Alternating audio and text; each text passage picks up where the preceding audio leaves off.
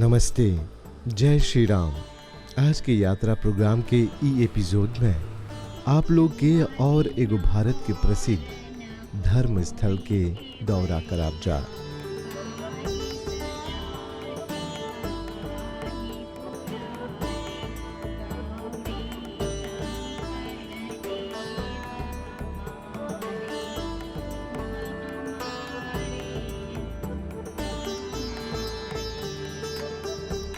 ऐसे त मानल जाला कि भारत के कोना कोना में भगवान वास करेलन, कहे कि भारत के देवभूमि भी बोलल गल बाटे। ऐसन मानल जाला कि हिंदू के जितना भी भगवान लोग अवतरित होलवन जा या जन्मल होवन जा वो भारत के पावन भूमि में है।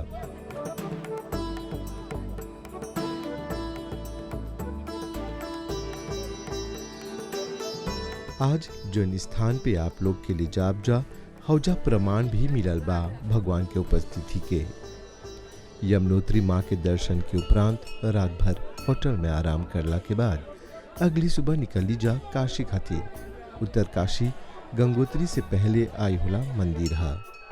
हैजा परी काशी विश्वनाथ भगवान के वास है।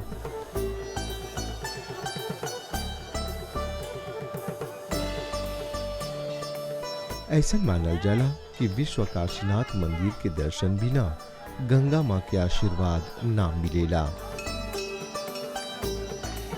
यदि भक्त गंगा माँ के आशीर्वाद प्राप्त करे खोजत वन जा त ओ लोग के चाहेला हैजा के काशी विश्वनाथ भगवान के दर्शन प्राप्त करे के।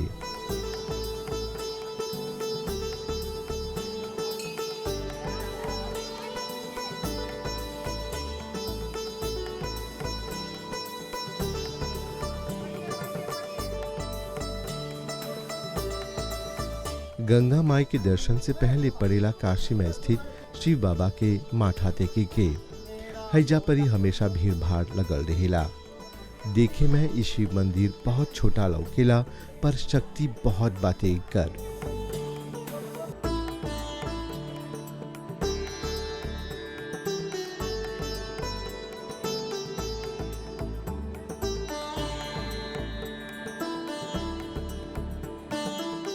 इस मंदिर के चारों ओर सकारात्मक ऊर्जा बहेला। वही से भक्त लोग हैजा परी बैठ के घंटों तपस्या करेलन जा।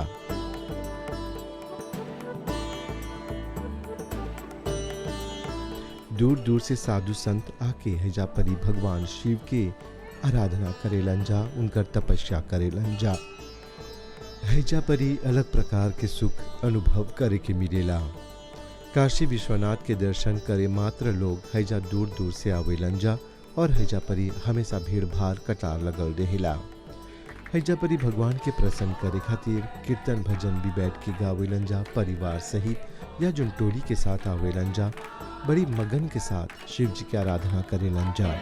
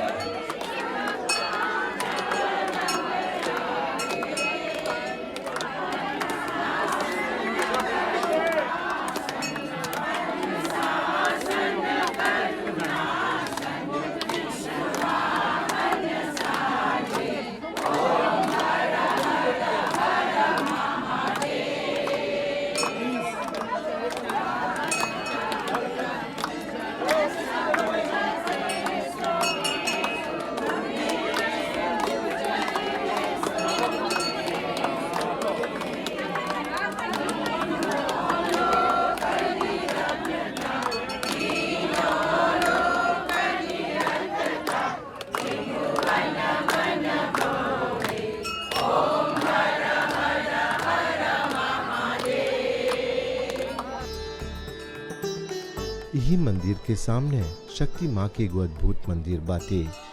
मानल जाला जितना भी राक्षस के वध करला के बाद जो त्रिशूल फेंकले रहलन उ त्रिशूल हैजे परिया के गिरल रहल।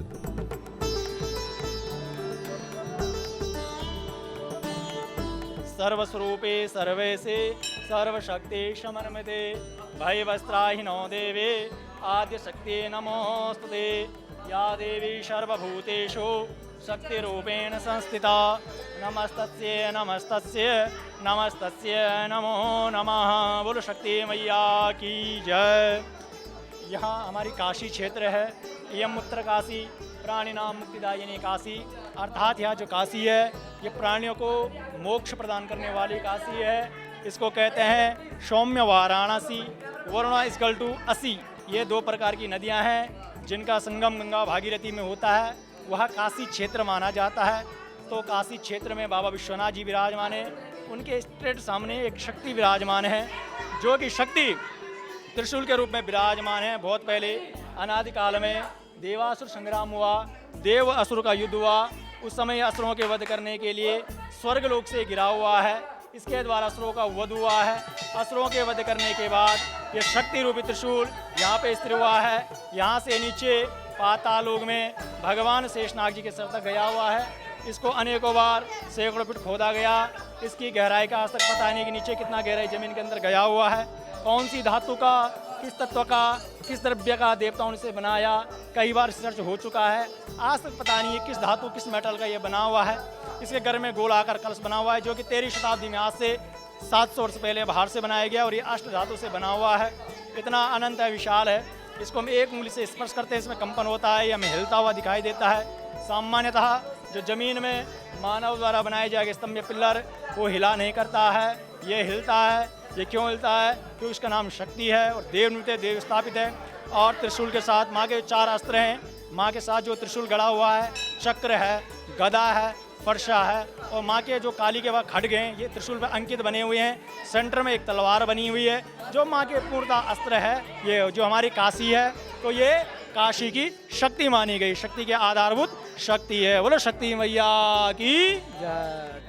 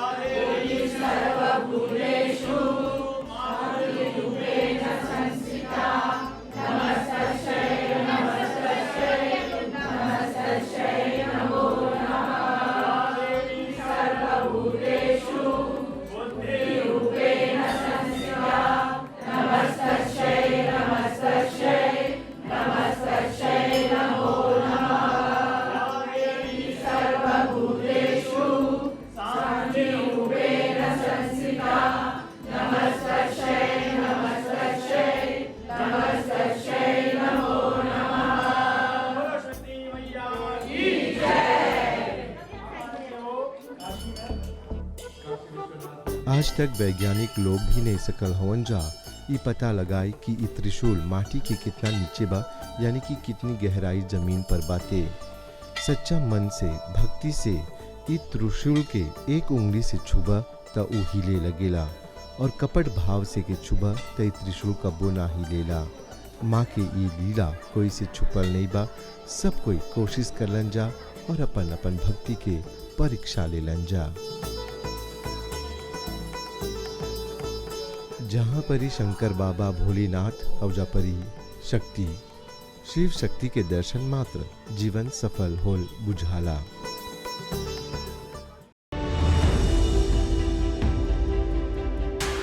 हिंदू धर्म में पुराणों के अनुसार शिव जी जहाँ जहाँ स्वयं प्रकट हो डलन उ 12 गो स्थान पर स्थित शिवलिंग के ज्योतिर्लिंग के रूप में पूजल जाला। ओकर में बा केदारनाथ, विश्वनाथ, वैद्यनाथ, महाकालेश्वर, नागेश्वर, कारेश्वर, सोमनाथ, त्रयंबकेश्वर, कृष्णनेश्वर, भीमशंकर, मल्लिकार्जुन और रामेश्वरम। ऐसा मान्यता है कि जो मनुष्य इस सब ज्योतिर्लिंग के जीवन में एक बार दर्शन करेला ओकर सब प्रकार के पाप छूट जाला और संपूर्ण सिद्धि के फल प्राप्त करेला। पहला हला खातिर तीर्थ यात्रा एसोसिएशन 10 गो ज्योतिर्लिंग के दर्शन करे होला यात्रा के आयोजन करत बाटे। एकर में बात सोमनाथ, नागेश्वर, भीमाशंकर, त्र्यंबकेश्वर, कृष्णेश्वर, वैद्यनाथ, महाकालेश्वर, ओमकेश्वर के साथ साथ द्वारका और शिरडी साईं बाबा के भी दर्शन सकबा करे। ज्यादा जानकारी और रिजर्वेशन खातिर कॉल करब 57019809 5701 9809 या तब 5949 8703 5949 8703 पर। ज्योतिर्लिंग तीर्थ यात्रा के टोली रवाना होत बा 19 मार्च के और वापसी करत बाटे 12 अप्रैल 2024 के।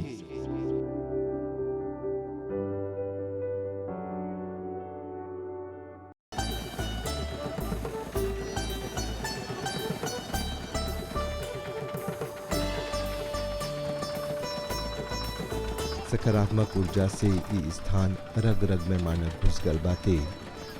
शिव जी और शक्ति माँ के दर्शन के बाद वापसी के रास्ता पकड़ लीजा।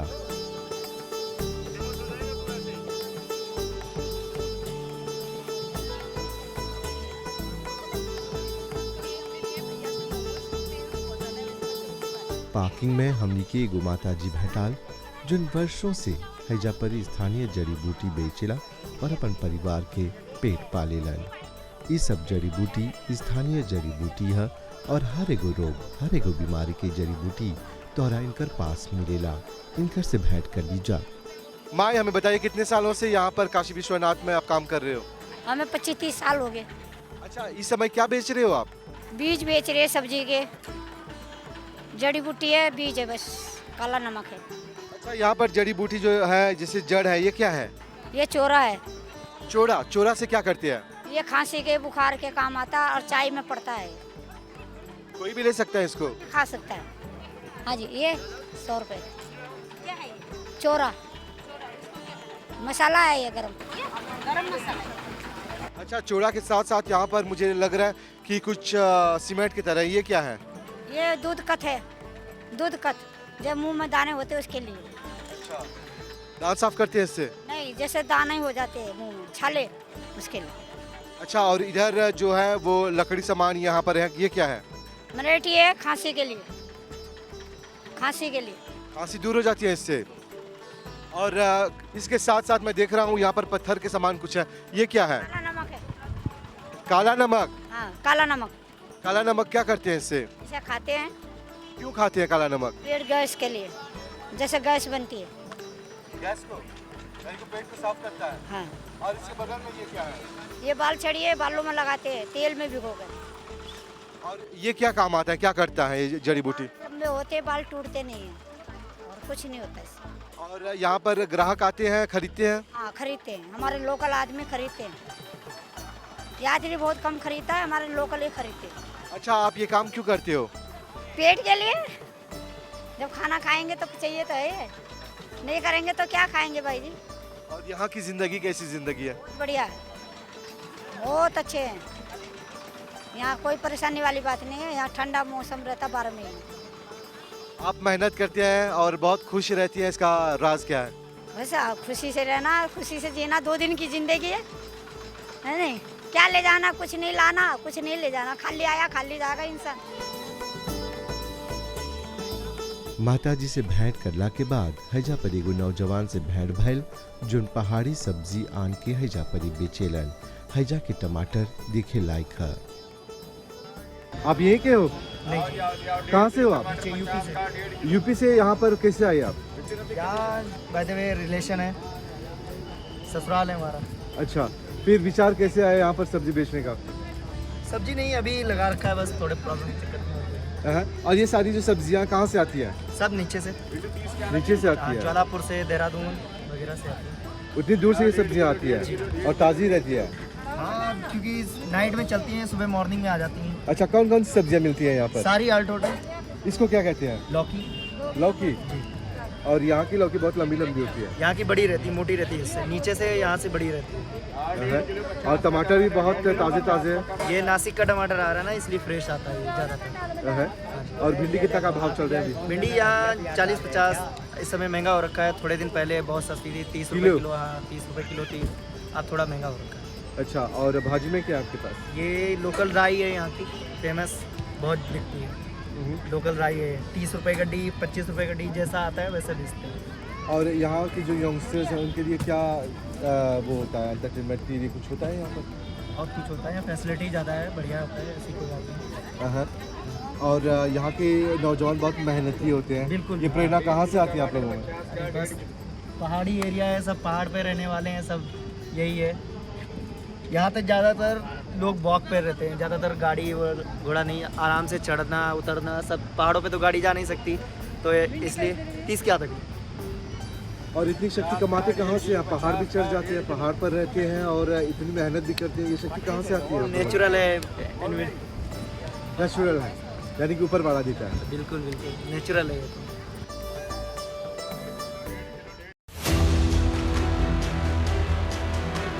मनुष्य जीवन जोन बातें बड़ी भाग से मिलेला। 84 लाख योनि के बाद ई जीवात्मा के मनुष्य जीवन प्राप्त होएला। ई जीवन बड़ी पुण्य कर्म से मिलल बाते। भारत के 4 धाम के यात्रा कर ये मनुष्य जीवन के और भी सार्थक बनावा। यमुनोत्री, गंगोत्री, बद्रीनाथ, केदारनाथ, हरिद्वार, अयोध्या, वृंदावन, वाराणसी, ऋषिकेश और उत्तरकाशी यदि तोहर स्वप्न स्थल है तो जल्दी से अगला तीर्थ यात्रा खातिर अपन स्थान बुक करावा।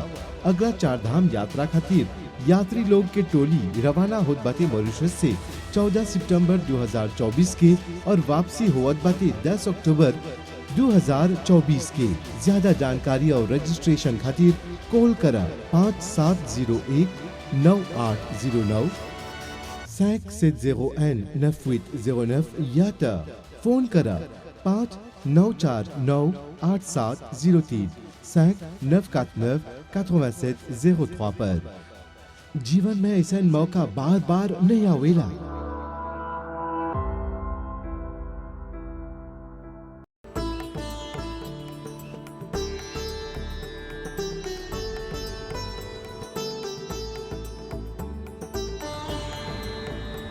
काशी से निकल गंगोत्री की ओर बढ़ ली जा, जहाँ पर ही हर्षिल रास्ता पड़ेला। ये इलाका अपन लाल लाल मीठा मीठा सेब खातिर विख्यात है।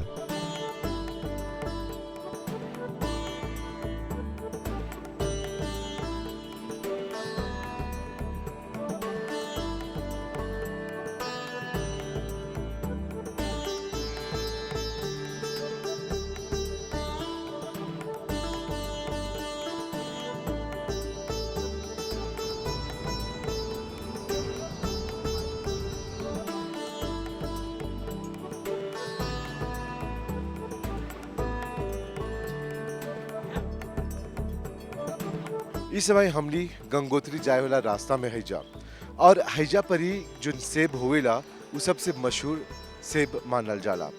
यानी कि ई गांव के शुरुआत से लेके अंत तक हैजा परी सेब के रोपाई होवेला और हैजा के सेब जुन बा सबसे बढ़िया बढ़िया मोटा मोटा रहेला। और हैजा जुन बा जिसे बोला जा कि हाउ पुम फागिने नहीं बल्कि खोका होला पुम हा, यानी कि जिकर में रस भरल बाते और ई कड़कर होला सेब हा। और हैजा परी लाली लाल सेब लगल बाते। हैजा परी ढेर कोई हये व्यवसाय करेलन जा, यानी कि जब सेब के फूल लगेला तो हैजा परी कार्यरत हो जालन जा और ई गांछलो के देखभाल करेलन जा। और आज जहाँ परी खड़ा है जा रेकोल के समय बा और ढेर कोई हैजा परी सेब तुरंत हो जा अपन जीवन ले जाए खातिर।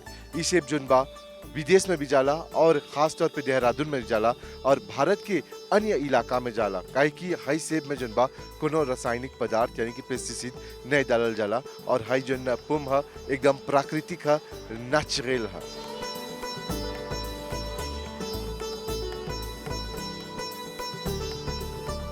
हर्षिल सेब व्यवसाय के साथ साथ पर्यटक लोग खातिर आकर्षण के एगो केंद्र भी है।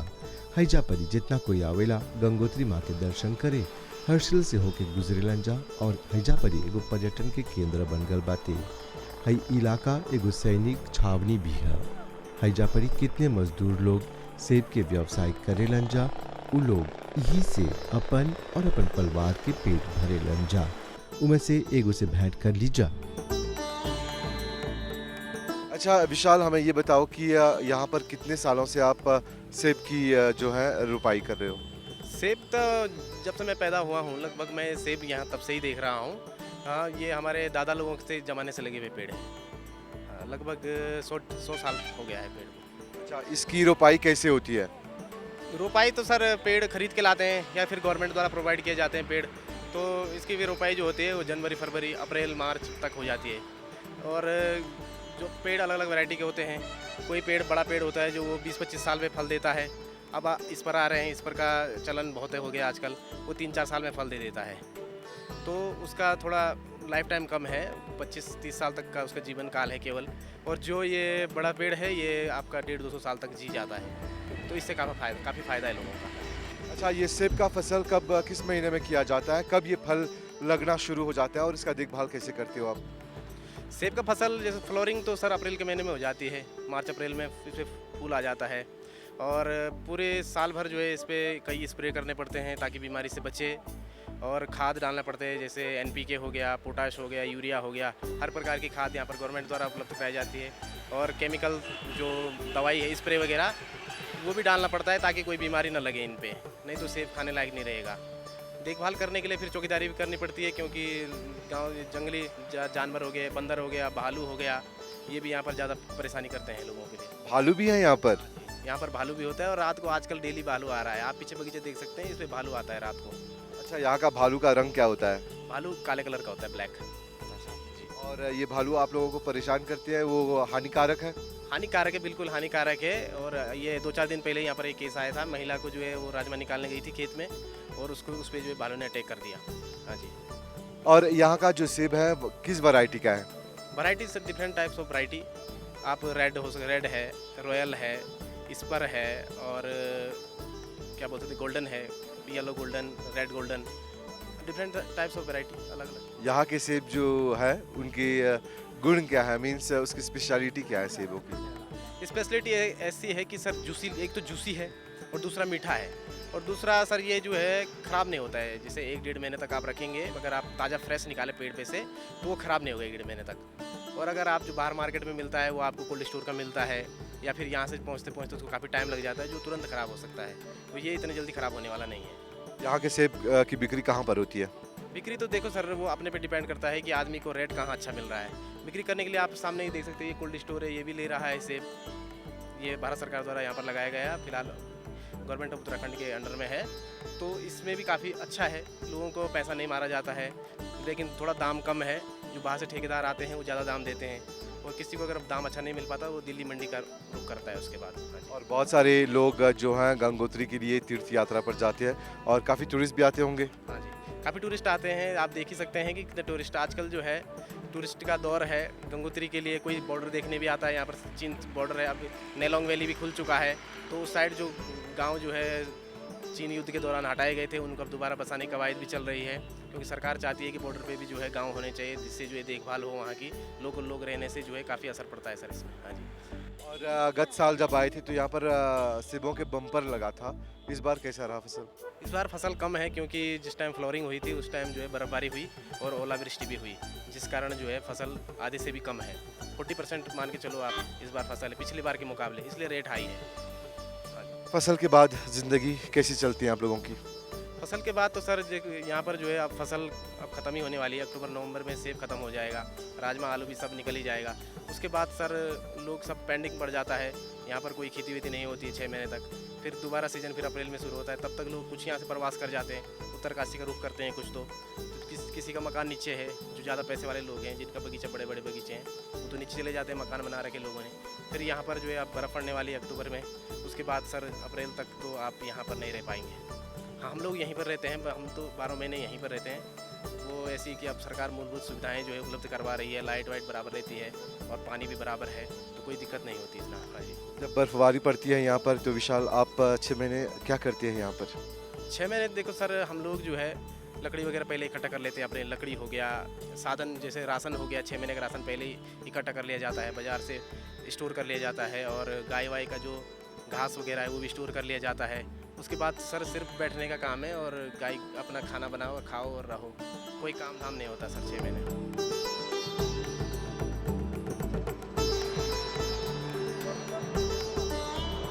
ई रहल हर्षिल के रास्ता। आवत सप्ताह यही रास्ता काट के आप लोग के ले जाब जा भागीरथी नदी के किनारे। हमनी के प्रतीक्षा करिए, मिलब जा यही बखत यही चैनल पर यही कार्यक्रम के साथ। तो हर धार्मिक यात्रा तीर्थ यात्रा एसोसिएशन की तरफ से हमनी के प्रतीक्षा करिए। आप सबके बहुत बहुत धन्यवाद साथ में भैला। आप सबके शुभ रात्रि, नमस्ते, जय श्री राम।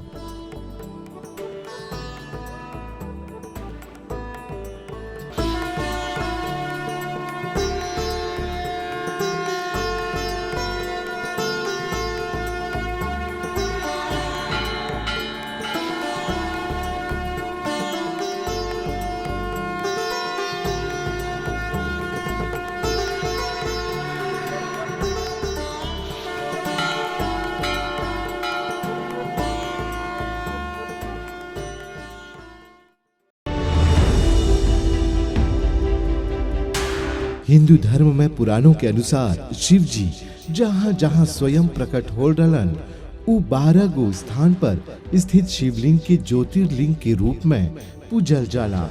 ओकर में बा केदारनाथ, विश्वनाथ, वैद्यनाथ, महाकालेश्वर, नागेश्वर, कारेश्वर, सोमनाथ, त्रयंबकेश्वर, कृष्णनेश्वर, भीमशंकर, मल्लिकार्जुन और रमेश्वरम। ऐसा मान्यता है कि जो मनुष्य इस सब ज्योतिर्लिंग के जीवन में एक बार दर्शन करेला ओकर सब प्रकार के पाप छूट जाला और संपूर्ण सिद्धि के फल प्राप्त करेला। पहला हला खातिर तीर्थ यात्रा एसोसिएशन 10 गो ज्योतिर्लिंग के दर्शन करे होला यात्रा के आयोजन करत बाटे। एकर में बा सोमनाथ, नागेश्वर, भीमाशंकर, त्र्यंबकेश्वर, कृष्णेश्वर, वैद्यनाथ, महाकालेश्वर, ओमकेश्वर के साथ साथ द्वारका और शिरडी साईं बाबा के भी दर्शन सकबा करे। ज्यादा जानकारी और रिजर्वेशन खातिर कॉल करब 57019809 57019809 या तब 59498703 5949 8703 पर। ज्योतिर्लिंग तीर्थ यात्रा के टोली रवाना होत बा 19 मार्च के और वापसी करत बाटे 12 अप्रैल 2024 के।